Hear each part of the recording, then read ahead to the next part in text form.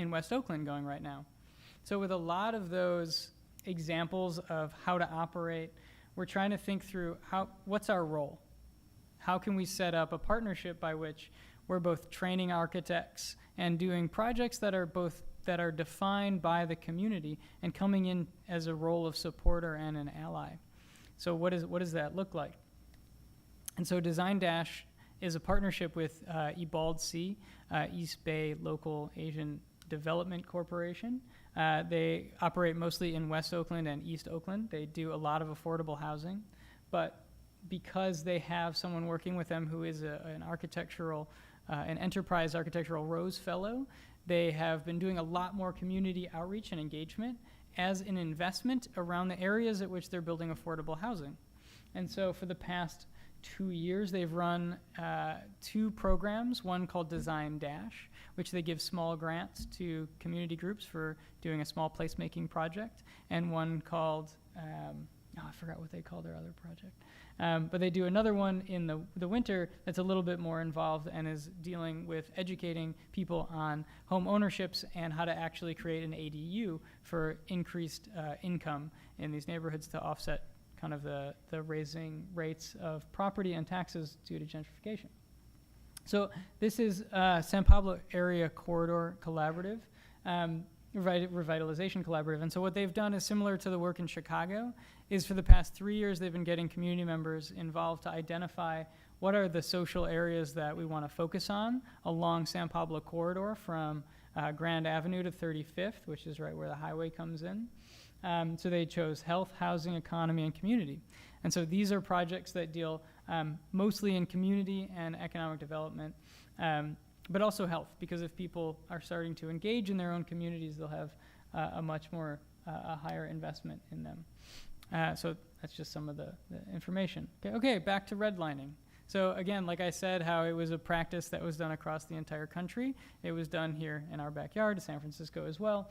And so you can see that the areas that were deemed not investable or highly risky are the areas that are mostly Black and immigrant communities in West Oakland and have maybe higher rates of health issues as well.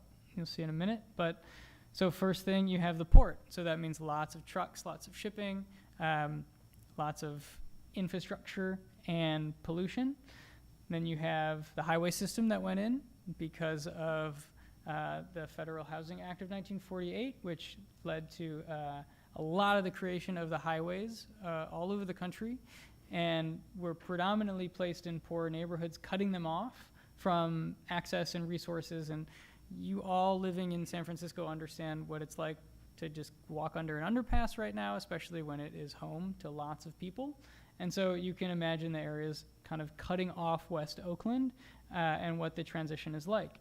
And so, huge industry, a lot of now cutting off the neighborhood. Some of these sections, I don't know if y'all have been in the highway, but these are underground trenches that are, 150 feet wide. They just go down like 2 stories. So that's a pretty big gash in what was once your neighborhood. Okay, then plop in a federal post office, just 'cause. And sorry, a little bit of a punch there. Don't actually know why it was cited there. And then, of course, you have the incidence of asthma in Oakland, and you can see West Oakland is one of the worst areas in the country in large cities. So it's an area that over the past few years over the past few decades, has been pretty decimated by projects that were deemed civic, that did not listen or take into account the people that live there. And so when we go and we try to do projects where we listen to people, it's very sensitive because people have a huge distrust in the government, in civic processes, and anyone coming to help, because when help came in the previous decades, it didn't necessarily turn out well for them. And so the idea of going and listening is incredible, and the power of making space to hear someone is incredibly profound. And I think if nothing else comes of these projects, then if the relationships will have impacted one's perception of a community that they might not necessarily have been interacting with, then that is a huge win. this is Maria, one of our design facilitators, who is working on one of the projects. And so we're in the midst of this. We've run a couple workshops, and we did a lot of effort to scope the projects out before. What we did then was we recruited designers from the Bay Area to kind of help and be design facilitators to support all the 6 projects and the community leaders. So instead of kind of going into a community saying, hey, wouldn't this be cool over here or that be cool over there, we sourced the projects from within community members, and that was because of eBaldsy's kind of tenured relationship with the community there, that we were able to find folks to lead these projects. And so we have 3 murals. These are pretty good projects for the time frame, which is about 4 months, and they each have a budget of $1,000. So not only are we giving them subject matter expertise, but assets in $1,000 and time. And so you have 3 murals, 1 installation, which Deanna is running, about capturing senior pride in the neighborhood and mounting them on a fence right outside of St. Mary's Center along San Pablo Corridor. We have a pop-up library, which is a small part of a larger initiative that's been going on for about 5 years to get a library back into the neighborhood that, again, was demolished when the highway went in. So you can see that there were lots of valuable resources that were taken away through eminent domain, again, civic projects. And then one more pedestrian safety campaign, which addresses the very dangerous intersection of 34th and San Pablo, which 3 pedestrians have been killed in the past 2 years, and I think a biker 2 years prior. So seriously, these are issues where you see huge improvements in bike lanes down in and islands in the streets a little further downtown, but when it's not even a mile away, there's no investment whatsoever. And so we're really trying to figure out how to call attention to bureaucrats and other civil servants, say, hey, look, we need some love over here. It's pretty bad. So how do we lead that process? And along the way, we're running workshops for the designers. So this is both an opportunity for community projects to receive investment, time, and attention, but also for designers to learn some new skills that you might not necessarily learn in school. And so this is kind of the lessons learned aspect from this section, because it's what I've figured, and again, working with Shalini and the work that she's done over the years with the center and also prior. But what are some of the key things that designers really need to learn while before and during community-based work? And I think the only one I'm really going to talk about is power dynamics and really acknowledging your privilege, because understanding this will really help you build empathy and understand kind of the entire context of how you're working and approach these projects, because even understand how to carry yourself while doing community engagement is incredibly important. And so I believe that this is all just about building relationships. As the first quote said, it's really important to understand that it's all connected. These are emotional webs that we're all being affected by and affecting. And so if design can be that tool to start conversations to help heal our cities, then let's do it. This is the skill set we have, so why not put it to use? So a little bit now about the Open Architecture Collaborative is that hopefully we can demonstrably show that proactive community practice is good for staff retention, staff recruitment, and ultimately maybe provide new biz dev opportunities. Because if, like sustainability, if you invest in the foreground, train your staff to do proactive community engagement, build those relationships to help community groups access capital, maybe they'll hire you later down the road.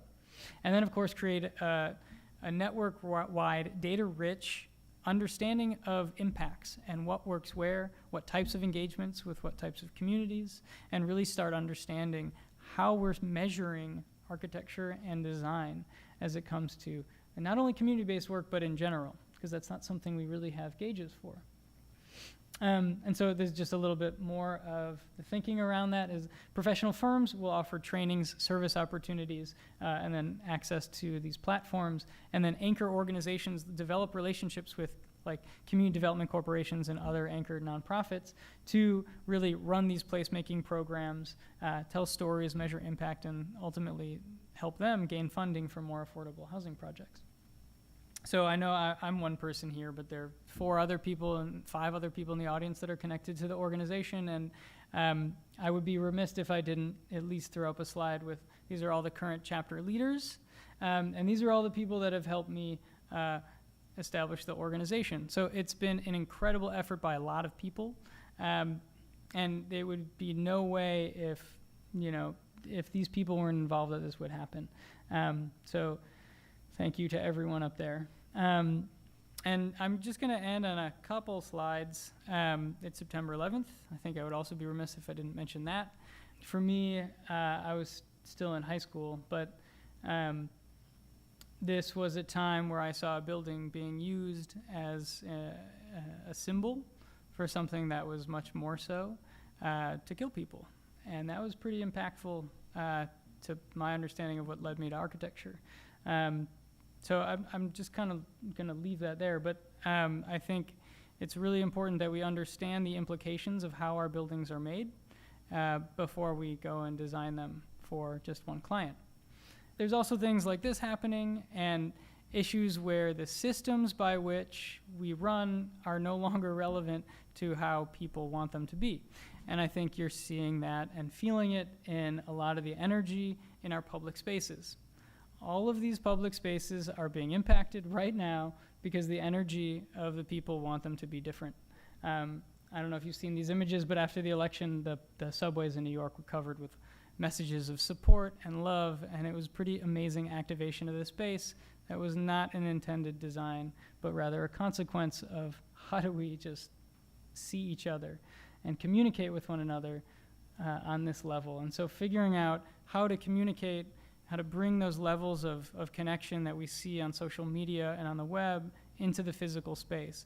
That is all your challenge right now, into understanding how to make architecture and design relevant to the ways of communicating that we now have access to. And also how we memorialize our spaces and our events. They're all changing right now. And it's a pretty phenomenal time when you go to the South and there are memorials being removed. And that means that all of those spaces need to be redesigned. And that's your opportunity, your call to action, is that these spaces are changing. And what does it now mean? What does history, how do we record our collective history together? That's all your responsibility now. And how will you define what this profession does in this instant? I'm just here to support you guys if you want to start an organization or you need some motivation. But it's really, you got to figure out where your passion lies, because there's a lot out there that is both an opportunity but also a challenge. And then finally, just what are some temporary responses? How do we act when things in public spaces happen that, this wasn't necessarily a billboard or a memorial, it was the side of a wall, but, the bricks allowed it and the chalk to be there because it wasn't some other material. I don't know. I'm just like, these things all need to be considered now, and not like they weren't before, but we're seeing them in a much more heavy way. So I usually don't sleep well before I talk. I get a little nervous. And so I was talking to my partner last night, and she's an architect, and I asked her what and I don't consider myself a practicing architect. I don't design buildings. I don't do drawings. I build programs and help support architects who want to do alternative practice. And so I asked her what she thought the most powerful thing to say to a young body of potential architects, striving architects would be. And it's just in that everything is connected in the environment, that we have such powerful questions that we need to ask ourselves, such as, what is the society that you want to build, and how will you build towards it? And I think that reflects the quote that I put up in the beginning, in that all of this is connected. It is not just about helping one person or another, but creating opportunities to support one another and how we figure out how to live together. I feel I have an incredible privilege and opportunity to do this work, because it's the most important challenge, I believe, is just how do we live together in close areas right now? And so how do you find what that question is for you? I'm a little over, but I have one more little story. Is that okay? Okay, cool. My father and I built a lot when I was growing up. This is a wood-burning pizza oven, and we got kind of up to the structure of it. It was a concrete and CMU. It was like a little house. It was pretty burly, and then we had a Italian clay inside, and then I left.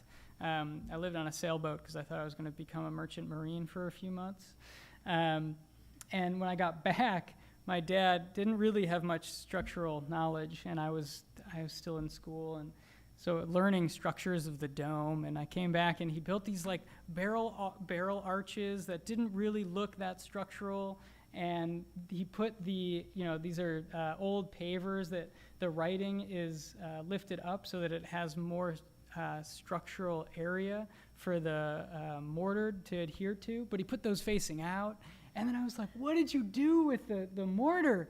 Like, look at that. That's not going to shed water. And then I stepped back, and I was like, wait, you used a pastry bag for that, didn't you? And he was a chef. And so, it just kind of, it was his expression that he brought to the project. And it's a really beautiful little piece. And yeah, sure, it takes a lot of tuck pointing to keep it up. But he brought what he did to the project. And that was an incredible lesson for me, is that trust in your naivete. You never know what you can bring without kind of formal experience and knowledge to a process, but that your life experiences might just influence in a pretty special way. So with that, thank you.